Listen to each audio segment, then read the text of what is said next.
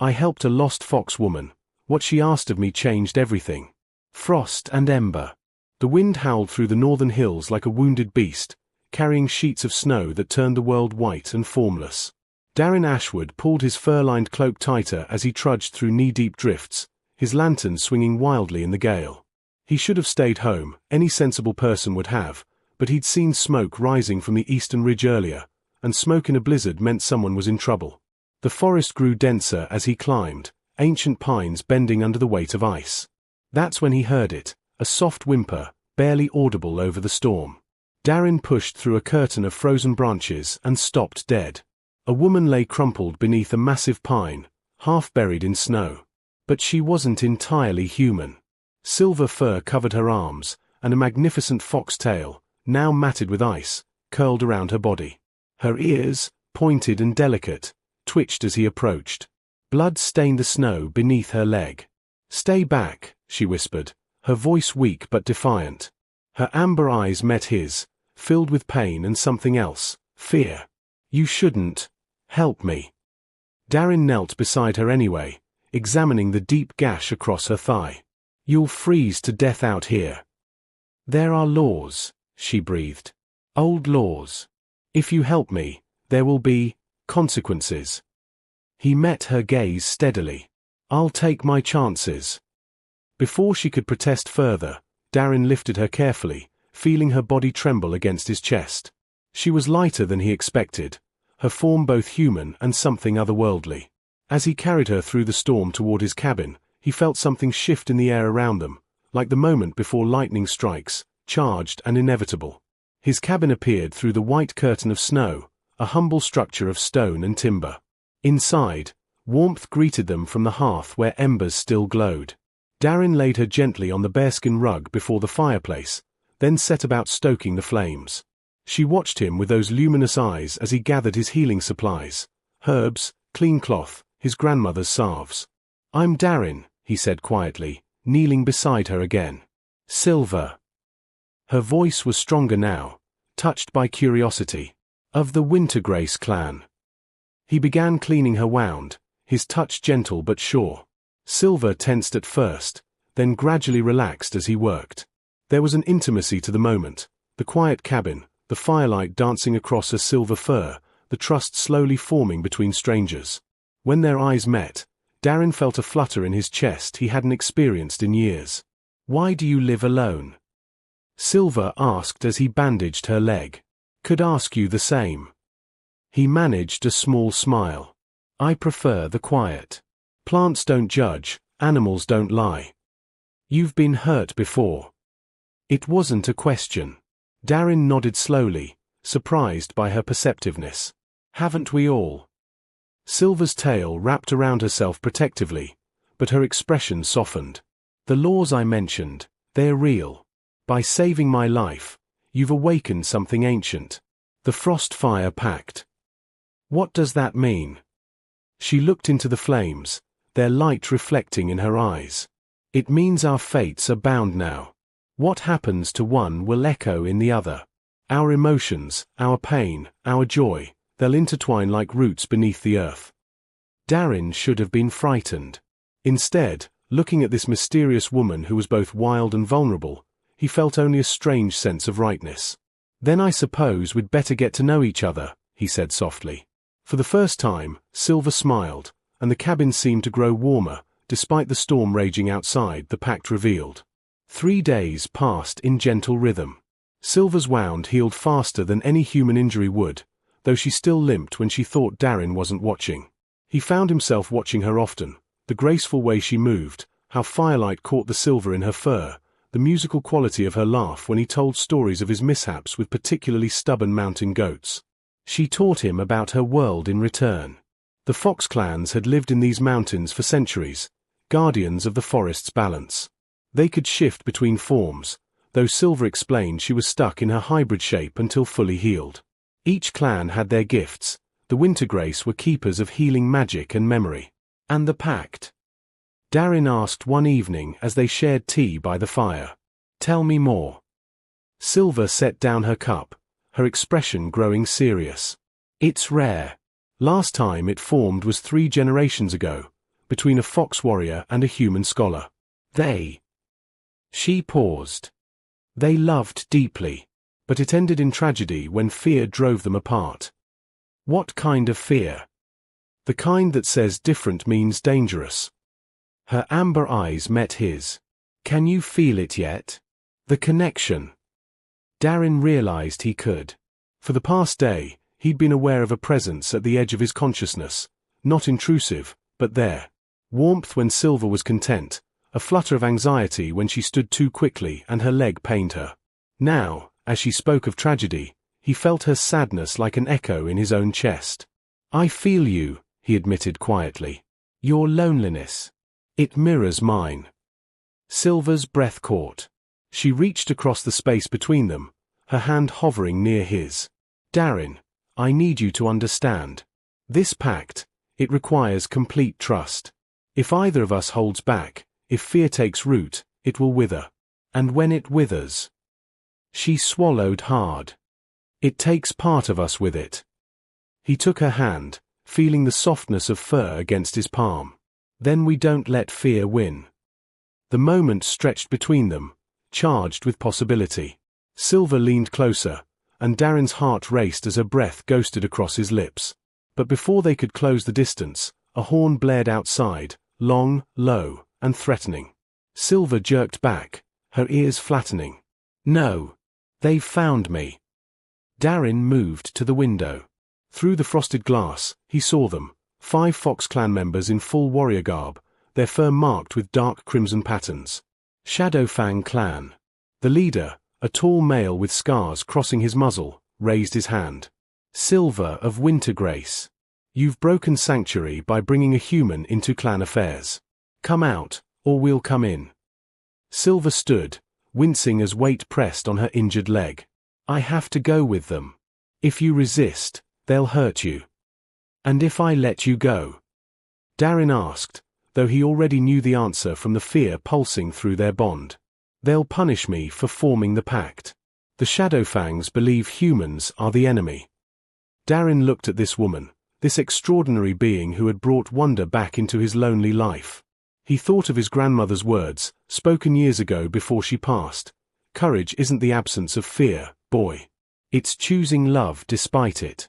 He opened the door and stepped outside, placing himself between Silver and the warriors. She's under my protection, Darren said, his voice steady despite his pounding heart. And she's not going anywhere until she chooses to. The scarred leader laughed, a harsh sound. A human playing hero? You've sealed both your fates. But as the warrior advanced, something remarkable happened. Silver stepped beside Darren, standing tall despite her injury. And as they stood together, a shimmer of light, silver and amber intertwined, flickered between them, visible to all. The warriors stopped, their expressions shifting from mockery to uncertainty. The pact, one whispered. It's real. The leader's eyes narrowed. This changes nothing. You'll both answer to the elders. He gestured to his companions. Bind them. As rough hands grabbed Darren's arms, he felt Silver's determination flowing through their bond, mixing with his own resolve. Whatever came next, they would face it together. And somehow, that made everything less frightening. Between two worlds. The journey to the borderlands took 2 days. Darren's hands were bound, but the Shadowfang warriors allowed Silver to walk freely, though they watched her closely. At night, when they made camp, she would sit beside him, her tail curling protectively around his shoulders, sharing her warmth. I'm sorry, she whispered on the second night, when the guards had retreated to their posts. You shouldn't have been dragged into this. I walked into it with open eyes, Darren replied softly. Through their bond, he could feel her guilt, heavy and painful. He wished he could hold her hand. Besides, I'm curious about your world. She laughed quietly, the sound easing some of the tension. You're either very brave or very foolish. Perhaps both. The borderlands appeared at dusk the next day, a valley where ancient stones formed a natural amphitheater, and dozens of Fox clan members gathered. Darren saw the full diversity of the clans, some with auburn fur, others midnight black, a few with coats that seemed to shimmer with starlight. They watched his arrival with expressions ranging from curiosity to outright hostility. At the center stood 3 elders, but Darren's attention fixed on the one in the middle, an elderly fox woman whose silver fur was streaked with white, her eyes a deeper amber than Silver's. Power radiated from her like heat from forged coals. "Grandmother," Silver breathed. Elder Mireille's stern expression softened slightly as she looked at her granddaughter. "Silver, you've caused quite a disturbance." Her gaze shifted to Darren. "And you, human, do you understand what you've done?" "I saved a life," Darren said simply. "If that's a crime in your world, then your world needs changing." Murmurs rippled through the gathered clans. The Shadowfang leader stepped forward. "He's insolent, Elder. He doesn't respect our ways." "Or perhaps he simply values life over tradition," Mireille countered. She descended from the stone platform, approaching Darren with measured steps. "The Frostfire Pact is sacred. It cannot be forced or falsified. If it has truly formed." She placed her hand over his heart, and Darren felt a surge of warmth. "Yes, I feel it. The bond is genuine." Relief flooded through Silver, washing over Darren like a wave. "However," Mireille continued, "genuine does not mean sufficient. Human, you must undergo the trial of true heart. Only by proving your intentions are pure can this pact be honored by the clans." "What does the trial involve?" Darren asked. A sly smile crossed the elder's face. "That depends on what your heart fears most." The trial began at moonrise. Darren stood in the center of the stone circle while the clans formed a ring around him. Silver wanted to be beside him, but Mireille held her back gently. He must face this alone. It's the only way. The elders began chanting in a language Darren didn't recognize. The air grew thick, shimmering like heat waves, and suddenly he wasn't in the valley anymore. He stood in his old village, the one he'd left 5 years ago. The place where his family had turned their backs on him after his brother's death, a death they blamed on Darren's carelessness during a hunting trip. Their faces surrounded him now, full of accusation and disgust. "Killer," his father's voice echoed. "Coward." Darren's chest tightened. This was his deepest wound, the guilt he carried, the fear that he truly was responsible, that he deserved to be alone. But then, through the illusion, he felt Silver. Her presence in his mind, warm and steady. And with it came understanding. This was a test of whether he could accept love despite his past, whether he believed he deserved connection. "I made a mistake," Darren said to the phantom faces. "I've carried that guilt for 5 years. But I'm not defined by my worst moment. I'm defined by what I choose to do next." The illusions wavered. "I choose to love," he continued, his voice growing stronger. "I choose to trust. I choose Silver, and the bond we share, because she sees me, all of me, and chooses me anyway." The visions shattered like glass. Darren found himself back in the valley, gasping. Silver broke free from her grandmother's hold and ran to him, ignoring her still healing leg.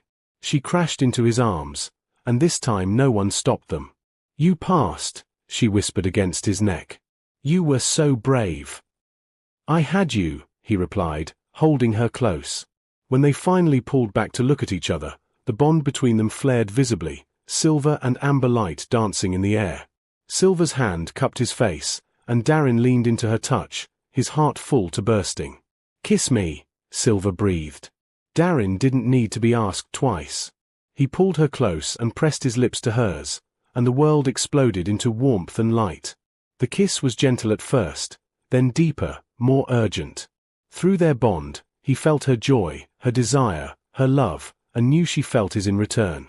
The silver and amber light enveloped them, bright enough that the gathered clans had to shield their eyes.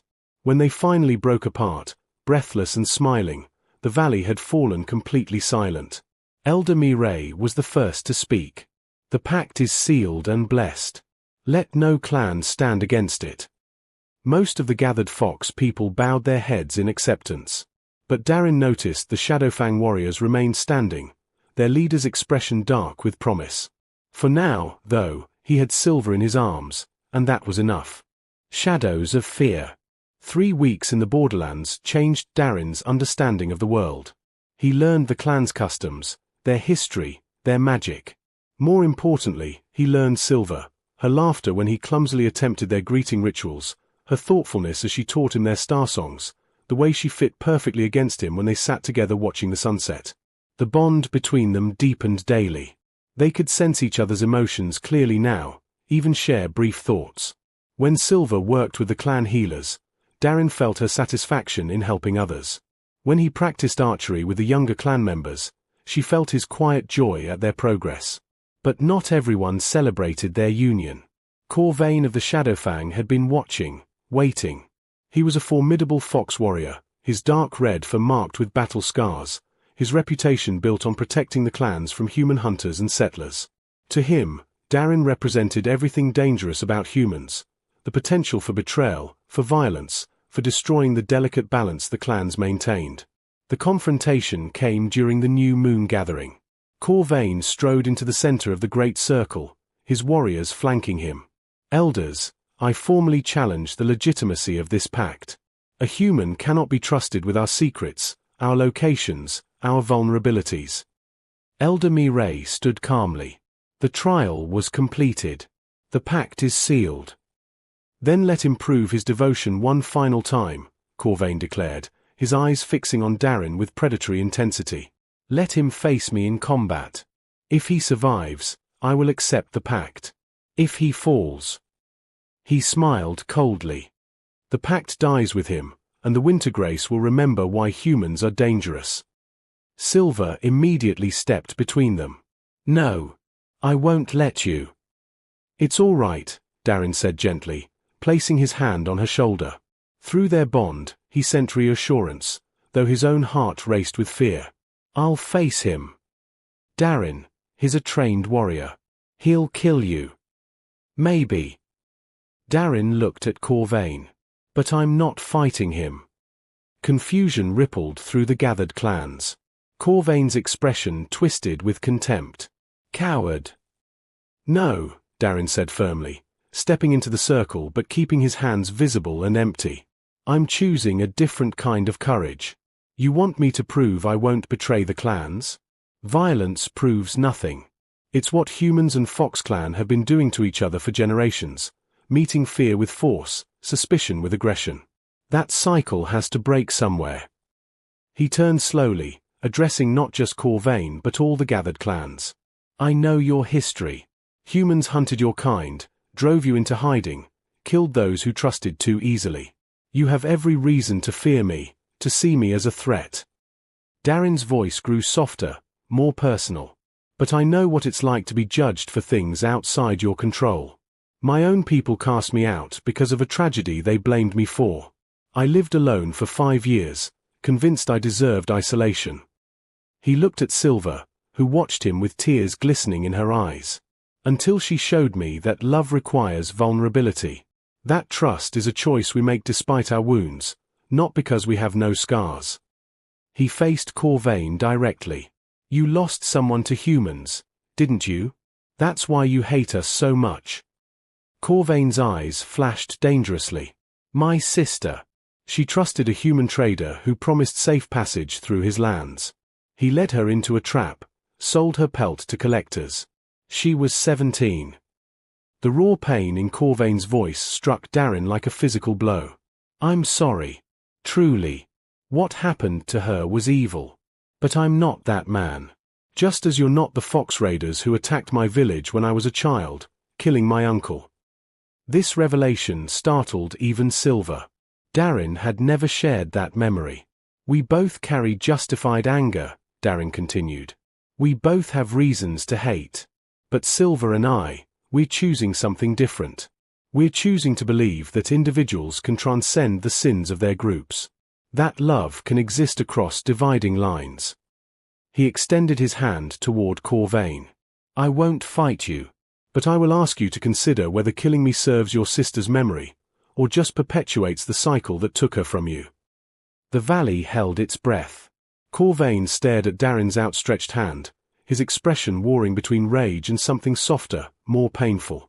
Finally, one of his warriors, a young female with auburn fur, stepped forward. "Commander," she said quietly, "my brother was the one who proposed the trial. He died 3 years ago in a border skirmish with humans. But—" she looked at Darren and Silver. "If he were here, I think he'd want me to choose hope over vengeance." Another Shadowfang stepped forward. Then another. Not all of them, but enough to surround Corvain, their expressions pleading for him to choose differently. Corvain's shoulders sagged. He didn't take Darren's hand, but he stepped back, his voice rough with emotion.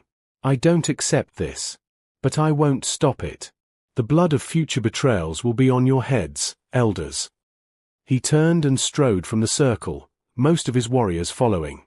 But a few remained, including the young female, who bowed respectfully to Darren before taking a place among the other clans. Silver rushed to Darren, throwing her arms around him. "You could have been killed," she whispered fiercely. "I could have been," he agreed, holding her tight. "But some things are worth the risk." That night, as they lay together under the stars, Silver traced patterns on his chest. "You said a human attacked your village. You never told me." "I was 7. I didn't understand what happened, just that suddenly there was fire and screaming, and then the fox warriors were gone, and my uncle was dead." He caught her hand, bringing it to his lips. "I was angry for years. But anger was just armor around fear. Fear of loss, of vulnerability, of caring too much. And now I'm still afraid," he admitted. "But I'm more afraid of losing you. Of not trying." Silver kissed him deeply, pouring everything she felt through their bond: love, gratitude, desire, hope. When they made love under the starlight, it was tender and fierce all at once, a physical manifestation of the trust they'd built and the future they were claiming together. Afterward, wrapped in each other's arms, Darren felt completely at peace. Whatever challenges lay ahead, they would face them together. Though neither of them noticed the dark figure watching from the tree line, Corvain's expression unreadable in the shadows. A love that bridges. Spring arrived with gentle insistence, melting snow revealing new growth. Darren and Silver made their decision. They would return to his cabin, but transform it into something more, a sanctuary where both humans and Fox clan could meet, trade, learn from each other. "It's ambitious," Elder Mireille said, though her eyes sparkled with approval. "And dangerous. Not everyone will welcome such a place." "All the more reason it needs to exist," Silver replied, her hand firmly clasped in Darren's. They spent weeks preparing. Clan members helped expand the cabin, adding a meeting hall and guest quarters. Darren traveled to nearby human settlements, carefully selecting open-minded individuals to invite. The first gatherings were tense, humans and Fox clans circling each other like wary animals, but gradually, cautiously, connections formed. A human healer learned clan herb lore. A Fox craftsman taught a human blacksmith techniques for tempering steel. Children played together, their laughter cutting through centuries of mistrust. Corvain appeared one evening, 8 weeks after their confrontation. Darren tensed, but Silver's calm flowed through their bond, steadying him. "I'm not here to cause trouble," Corvain said gruffly. He looked older somehow, wearier. "I've been thinking about what you said, about cycles and choices. And," Darren asked carefully, "and maybe my sister would want me to honor her memory by protecting peace, not perpetuating war." He didn't smile, but his hostility had dimmed. "I won't be bringing flowers and songs. But I won't stand in your way either." It was enough. More than enough. As summer approached, Darren proposed formally under the ancient oak near their sanctuary. He'd crafted a necklace of intertwined silver and amber beads, symbolizing their bond. Silver said yes before he finished asking, tears streaming down her face as she kissed him senseless. The wedding took place on the summer solstice.